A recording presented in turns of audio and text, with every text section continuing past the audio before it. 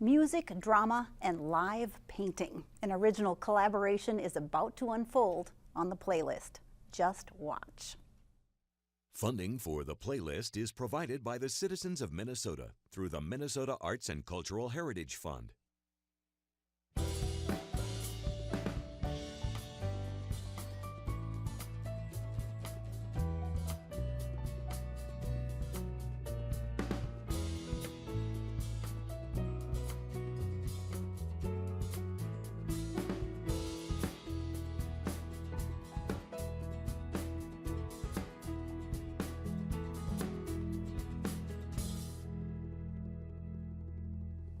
Well, tonight we're doing something a little different. We have a live music guest here in the studio with the classic duo of Josh Airy and Kate Lanzer.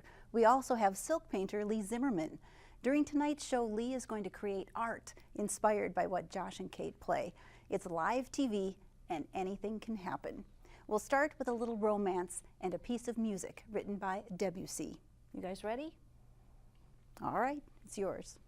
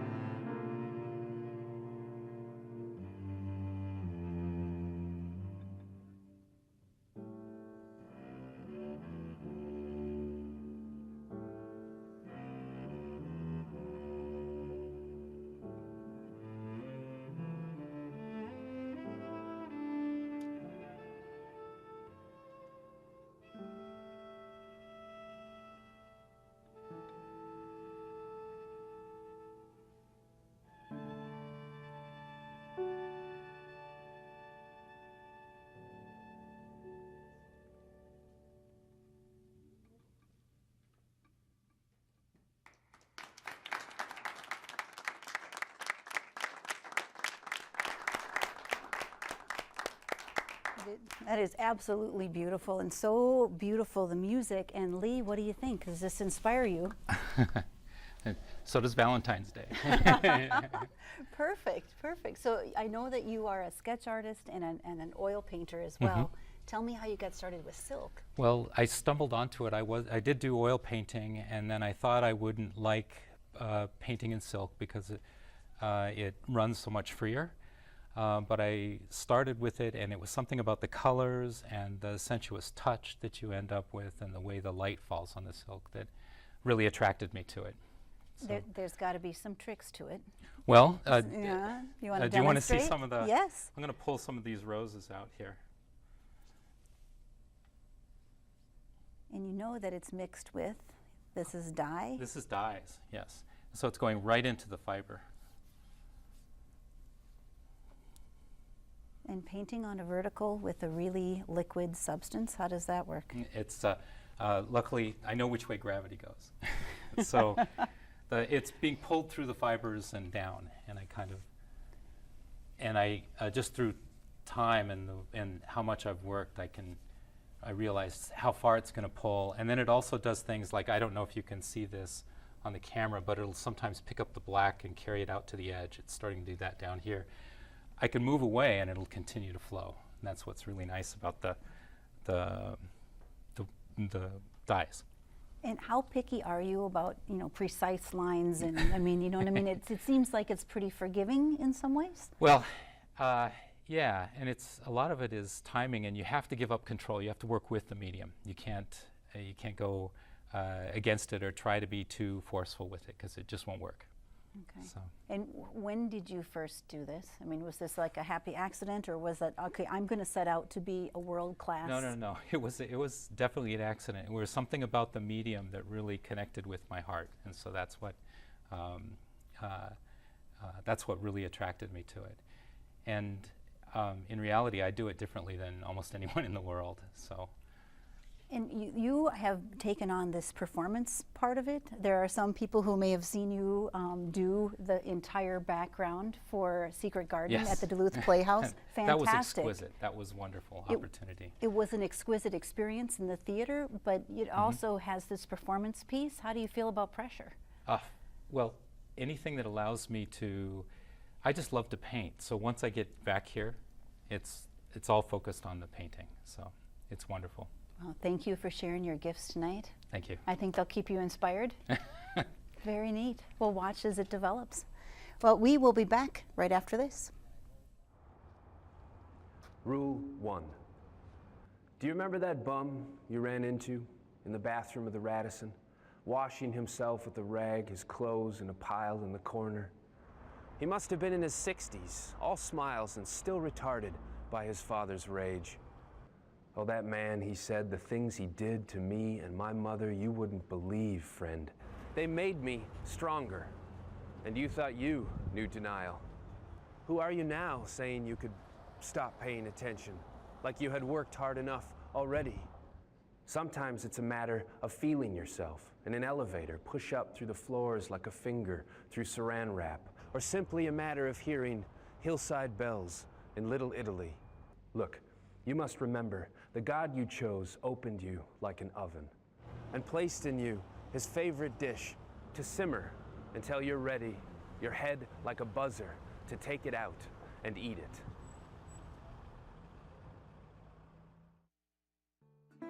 The Spirit Lake Group is an organization that has sponsored poetry events for 16 years, but St. David's Day is one that's open to everybody in the community.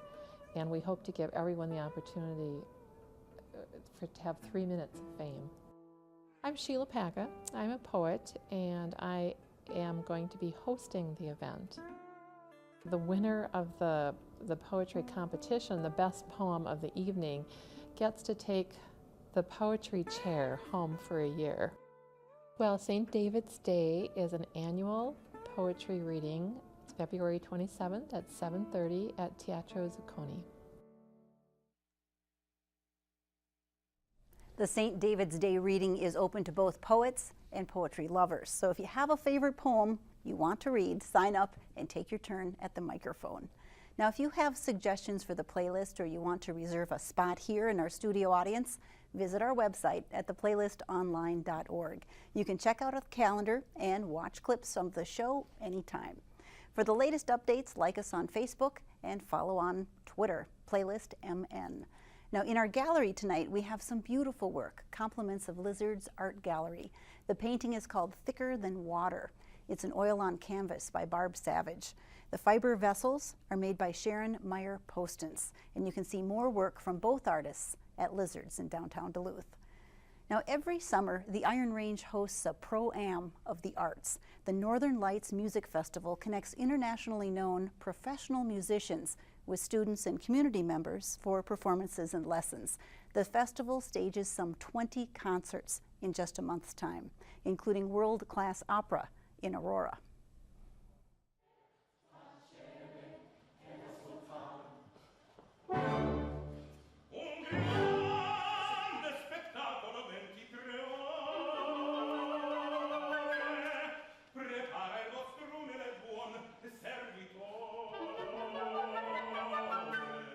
Right now we are preparing for a rehearsal before tomorrow's opening night of Pagliacci. It is originally set in 1865 in Calabria, Italy.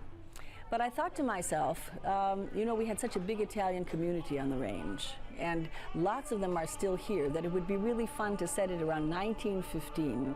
So we've got storefronts that have got the names of families that are still here. Opera is a very seductive thing. It's awfully fun to pull all the parts together. It's a lot of energy, a lot of positive energy. My name is Vida Zupancic, and I'm the artistic director of the Northern Lights Music Festival.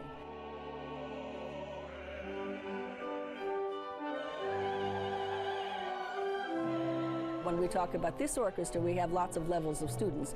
We're talking about doctoral students, you know, from Eastman School and so on. These are professional players, basically. And then we supplement them with freelance players from this whole Duluth and Iron Range area.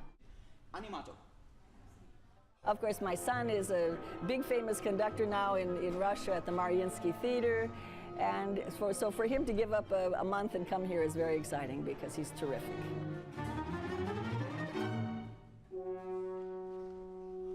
Excellent. Okay, thanks everybody. That's better. I'm Cassandra Solito, and I'm currently a student here at Northern Lights, but in the opera, I'm just a townsperson. My name is Keith Johnson. I'm a pianist, and I'm a minor in Pagliacci.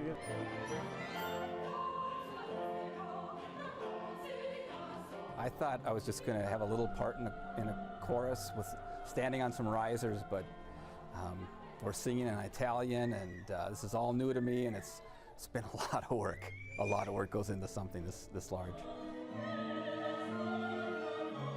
Well, not a big opera, a small opera, but there is no such thing as a small opera. All operas are big. You know, every time we produce an artistic event, it somehow is a little ripple. A couple of people came to an opera that they'd never thought about doing before, and I think that's a plus.